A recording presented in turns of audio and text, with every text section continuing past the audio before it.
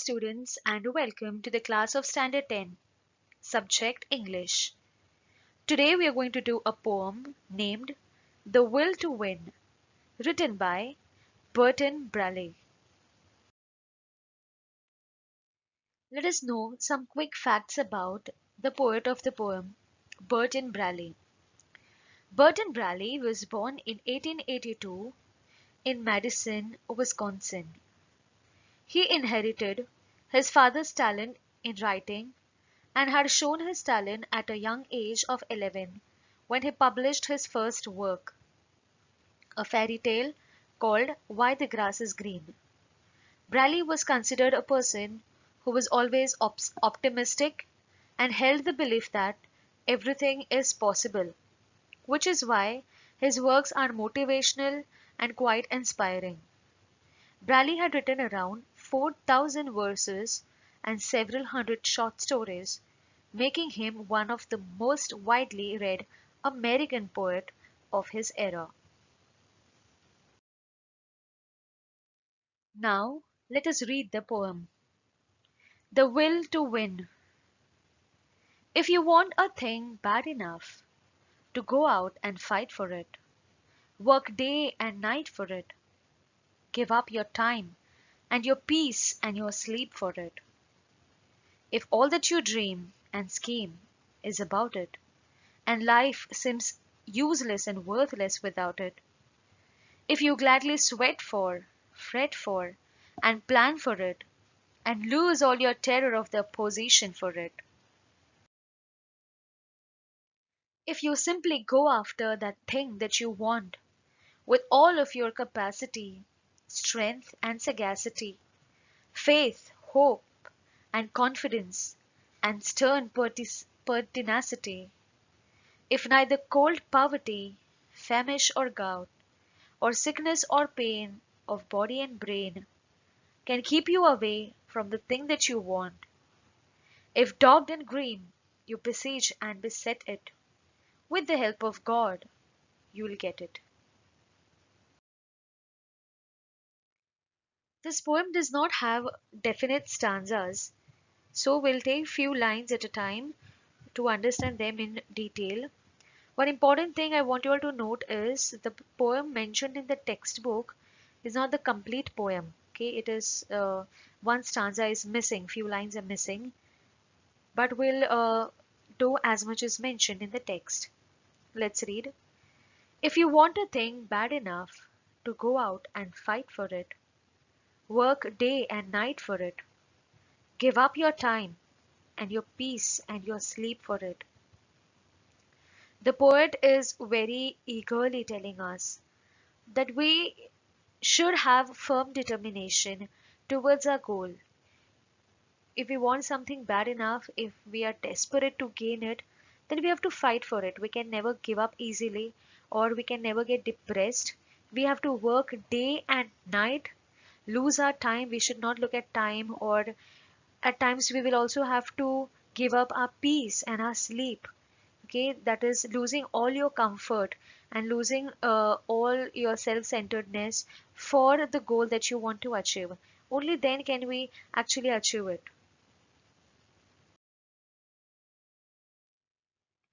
If all that you dream and scheme is about it, and life seems useless and worthless without it, if you gladly sweat for, fret for, and plan for it, and lose all your terror of the opposition for it. The new words here are scheme, which means plan. Fret is worry or being anxious. The poet is telling us that if all that we dream of and scheme or plan in our life is about that particular thing that we want to achieve, and we are so desperate that we want it in our life, and we think that life will be useless and worthless without it. We've already learned about the famous personalities like Stephen Hawking, okay, just before this lesson, and we know how desperate they were, how dedicated they were towards their goal. Okay, and for them also, when Stephen Hawking also realized that he was having only few years to live, he poured himself into the work that he had to do. Because for him the life seemed useless and worthless without his ambition. Similarly, the poet is trying to tell us that if that dream that we want to achieve or aspire is the only thing that we want in our life, and all the plans that we are making and everything that we want in our life is all revolving around it, and if you gladly sweat. Now usually when people sweat, it is the hard work, fruit of hard work, and hard work is not always pleasant. But the poet is telling us that if you gladly do it, if you gladly sweat, or even if you're not bothered of all the hard work that you have to put into it, okay, fret for and plan for it, okay, that is worry and be anxious throughout the day. In your sleep also you're dreaming about that thing and you want it so desperately, and lose all your terror of the opposition for it, okay. You somehow, okay, also have no fear for the opposition. You have no terror in your mind, like you see in the picture, or the image that is displayed on the screen, that the mountaineer, okay, fearlessly they climb the mountain, and mountain for them is opposition, okay. They have no terror for it because their goal is the peak of the mountain to achieve, okay, the height that they want to reach to. And for that purpose they are ready and they are willing to do anything. They are ready to sweat gladly, okay, and they are also ready to scheme all their plannings. They do all their plannings for that height, okay, and they lose all their terror of the opposition. And this is what the writer wants all of us also to do. If you simply go after that thing that you want with all of your capacity, strength, and sagacity, faith, hope, and confidence, and stern pertinacity. The new words that we are learning here are sagacity, which means wisdom and good judgment. Stern is serious. Pertinacity is unwilling to give up. Now, these two are together. Stern pertinacity is just seriously or strongly unwilling to give up. The writer is simply telling us that if we simply go after that thing that you want, we follow the path, or we choose the correct way which will lead us to that dream, okay, of your capacity, strength, and sagacity. Okay, whatever is our capacity or whatever is our strength, we all know our strengths, our weaknesses, okay, but we should also draft it all, and we should have a serious uh, confidence or faith or hope, okay, everything that we need to fulfill that, okay. We can start, but then if we are not able to reach to the finish line, okay, then it is of no use. So the writer is saying that you just follow the path, follow the path. There will be difficulties, there will be times when your strength or your capacity will be challenged, there will be times when your faith or your hope in yourself also will get shattered, okay. Your confidence will be loosened, you will lose your confidence, or there will be people who will stop you from reaching to your goal. There will be people who will be constantly pulling you down, but you should have a serious unwillingness to give up, okay. You should not be easily giving up or losing hope, but you should be strong enough to fight for yourself. You should be strong enough to stick to your goal. The poem is full of wonderful and inspirational words from start to end, and it is about a fervent desire in which the poet, in his beautiful and simple style, exhorts the reader that if you have a strong desire to achieve anything, you will definitely achieve it. Okay, and so throughout the poem, he's giving us, he's just pushing us to reach to our goal. He's giving us all the motivational uh, sentences here, motivational words here, which will just help us to get even more dedicated towards our goal.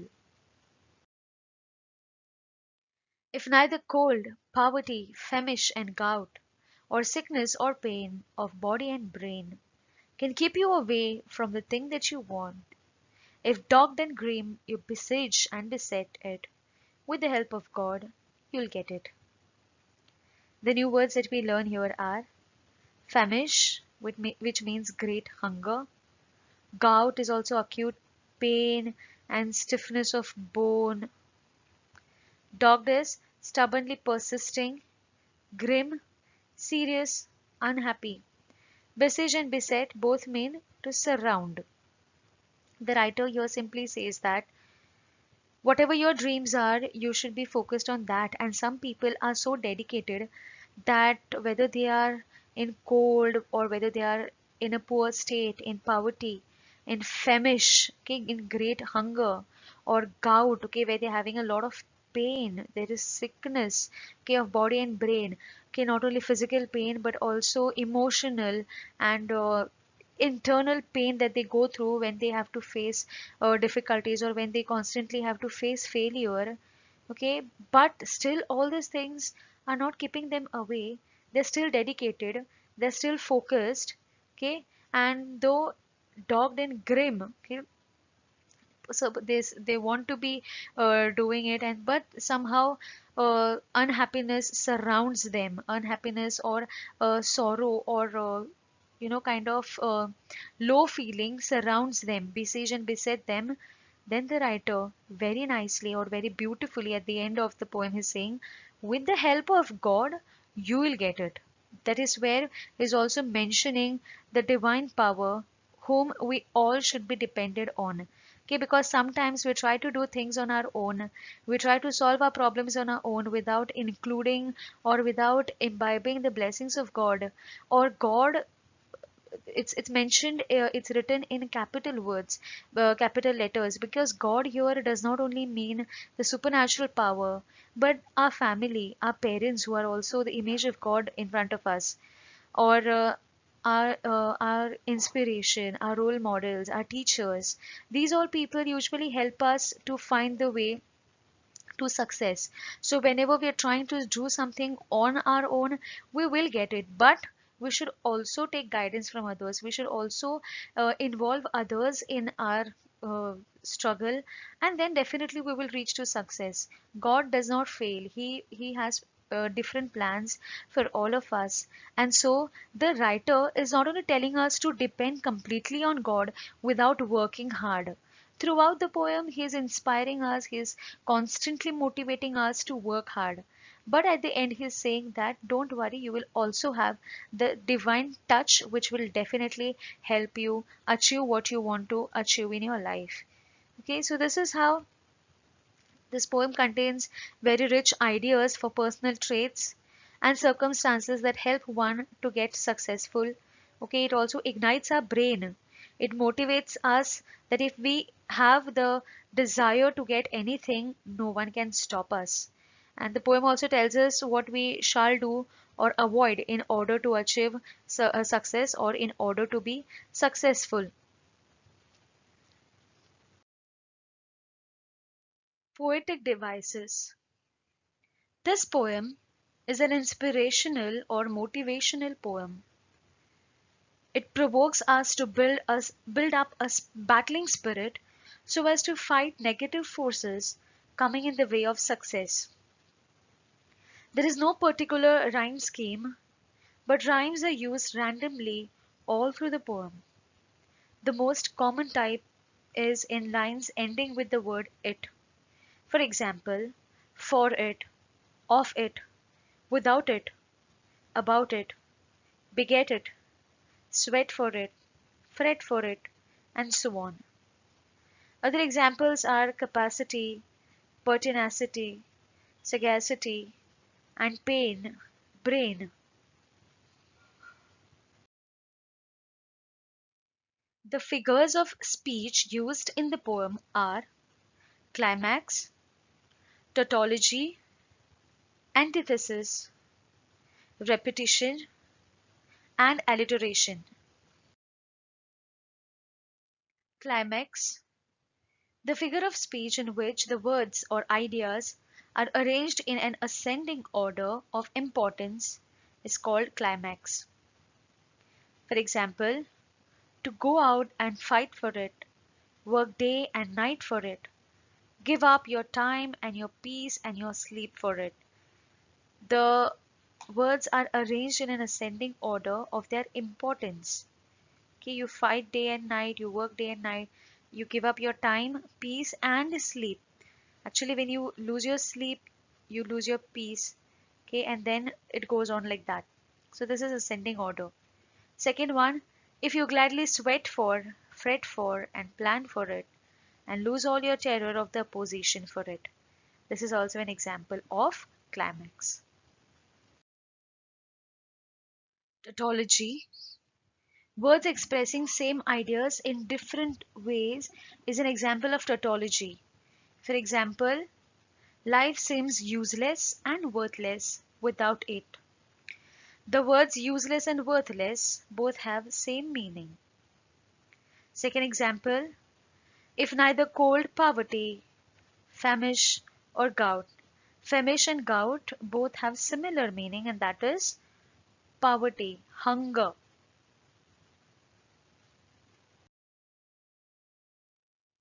Antithesis. In this figure of speech, two contrasting ideas are placed side by side in parallel form for better poetic effect. Or, in other words, we can say two opposing ideas. Two opposite words are used in the same sentence. Example from the poem is work day and night for it.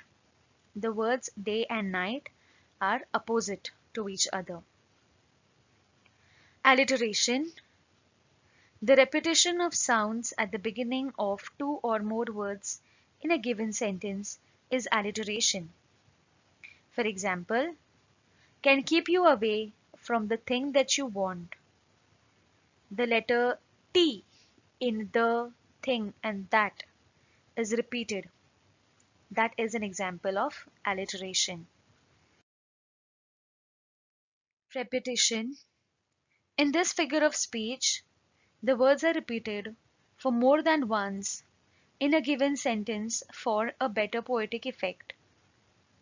Examples from the poem are: first, give up your time and your peace and your sleep for it. The word your is repeated more than once. Statement 2. If you simply go after that thing that you want with all, the word that is repeated more than once. In both the examples, we see repetition as the figure of speech. However, the poem uses the word if throughout, so this is a common figure of speech. Now let us have a quick evaluation. Question number 1. What is the poet asking us to give up? The answer to this question is, the poet is asking us to give up our time, our peace, and sleep for the goal that we want to achieve. Question number 2. What does the poet want us to do in order to achieve success? The poet wants us to fight, to work day and night, and to be persistent towards our goal. Question number 3. Listen to the poem carefully and state whether the following statements are true or false. Correct the false statements. A. If you want a thing bad enough, you should not give up your sleep. The statement is false. The poet actually wants us to give up our sleep, our peace, and our time. B. You should be afraid of your opposition. The statement is false. The poet wants us to lose all our terror of the opposition. C. Cold or poverty cannot keep you away from achieving your goal. The statement is true. D. You can achieve your goal with the help of God. Yes, the statement is true. We do have to work hard, we do have to strive hard, but the poet is saying that even with the help of God, we can achieve our goal. E. Life will not seem useless and worthless without achieving your goal. The statement is false because though life will not seem useless and worthless, but the poem tells us that it may seem useless and worthless if we are not achieving our goal. Question number 4. Match the phrases in table A with lines of the poem given in table B. First, toil hard. Look carefully at all the four options or all the four lines given. Yes, you guessed the answer correct. The answer is C, to work day and night for it. Second, get rid of all.